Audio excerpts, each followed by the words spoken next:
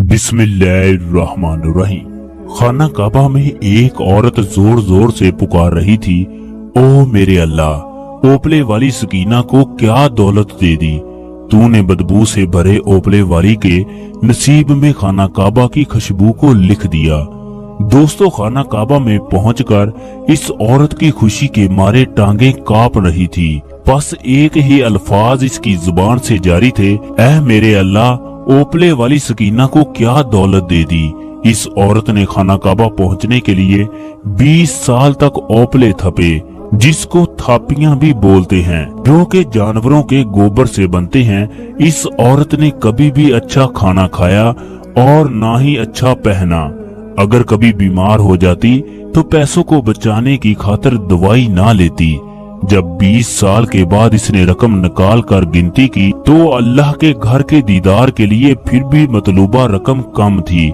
फिर अल्लाह ताला का इस औरत के साथ ऐसा क्या मौजज़ा हुआ कि अल्लाह ताला ने इस औरत को ना सिर्फ खाना काबा बुलाया, बल्कि ये औरत हर जुमा खाना काबा में अदा करती। इस औरत का वाकया सुनकर पत्थर से पत्थर दिल भी रो पड़े।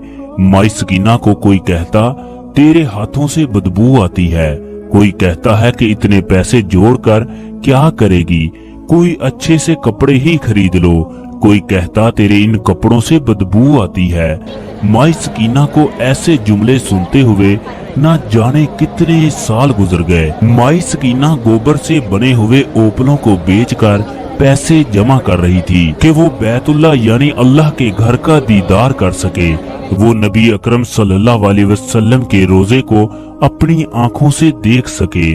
यही वो हसरत थी जो आज भी उसे जिंदा रखे हुए थी। माई सकीना का शौहर जवानी में ही इसे अकेला छोड़ गया। औलाद से अल्लाह ताला ने इसे महरूम रखा। माँ बाप भी जवानी में अल्लाह को प्यारे हो गए। इस भरी दुनिया में वो अकेली थी। माई सकीना की ख्वाहिश थी कि वो बैतुल्लाह से लिपट कर रो रो कर दुआएं मांगे।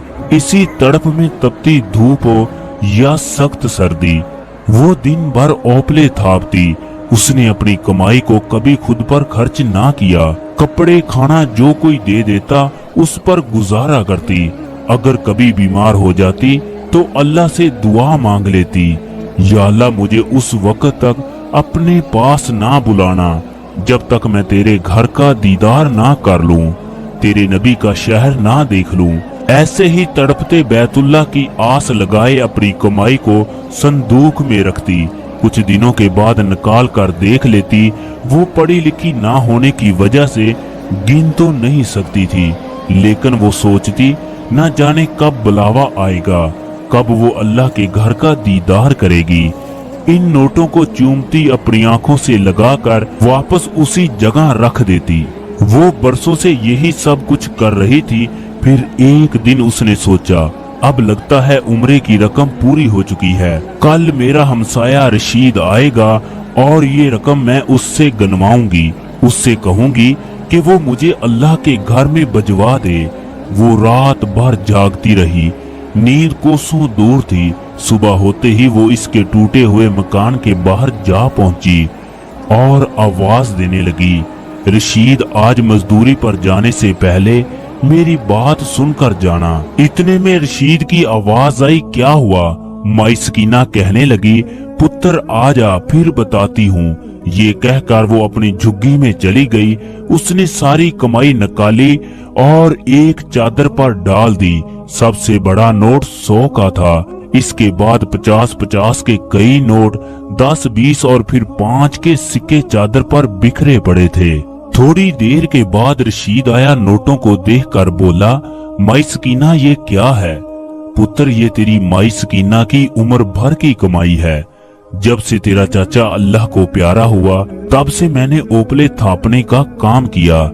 पुत्र, कभी 20 का काम मिला, कभी 10 का काम मिला और कभी 50 का काम मिला। मैंने इन पैसों को कभी भी खर्च नहीं किया। मैं अल्लाह के घर जाना चाहती हूँ। बरसों से जो मैंने जोड़ा वो यही है। बस पुत्र, तू इसे गिन और मुझे अल्लाह के घर में भेज दे। पुत्र, फिर अल्लाह चाहे तो मुझे वहाँ एक सांस भी ना दे। ये कहते हुए उसकी आंखों से बेइख्तियार आंसू शुरू हो गए। रशीद जमीन पर बैठकर रकम को गिनने लगा। सारे पैसे जमा किए, हिसाब लगाया तो ये रकम 45,850 रुपए बनी। माई सकीना, ये रकम तो बहुत थोड़ी है। मेरा सेठ अभी पिछले हफ्ते उम्रा करने के लिए गया तो उसके 85,000 लगे। माई सकीना, अभी तुम्हें उम्रे के लिए और रकम जमा करनी होगी। माई सकीना का तो जैसे किसी ने कलेजा निकाल लिया हो। वो सोचने लगी कि अब मैं अल्लाह के घर में कैसे जाऊंगी।